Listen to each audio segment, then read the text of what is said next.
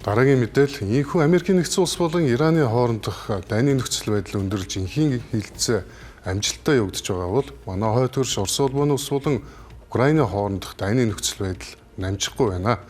Ялангуяа өнгөрсөн 7 хоногийн сүүл болон өнгөрсөн даваа гарагт хоёр талын хооронд агаарын дроны болон баллистик пуужингийн цохилтууд үргэлжилсэн байна.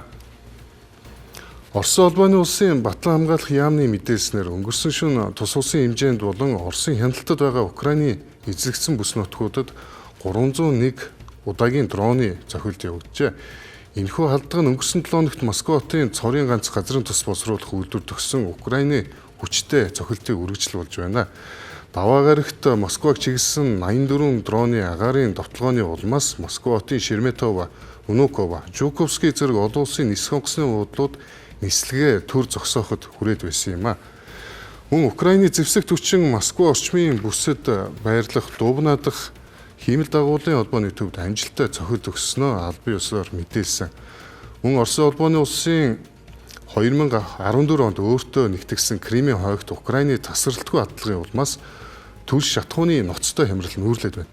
Севастополь хотын захирагч Михаил Развожаев аливаа олон нийтийн арга хэмжээг зуцаж цахилгаан хэмлэхийн тулд гудамжны гэрэлтүүдийг унтраах шийдвэр гаргажээ.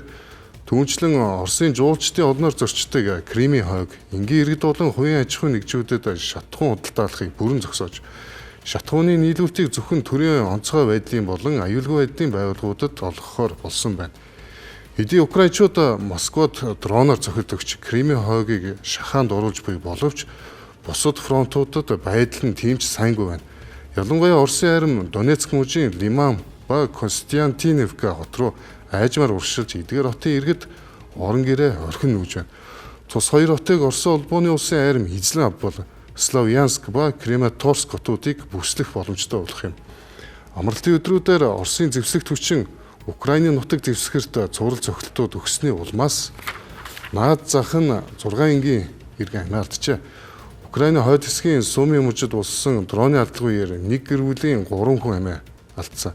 Мөн Украины зүүн хэсгийн Запорожье хотод шөнийн алдлагаар 2 хүн амиа алдаж 7 хүн шархагдсан бол өмнөд хэсгийн Одесса мужид нэм гарагийн орой Оросын Искандер баллистик пуужингийн цохилтод өртөж 1 хүн амиа алдсан байна.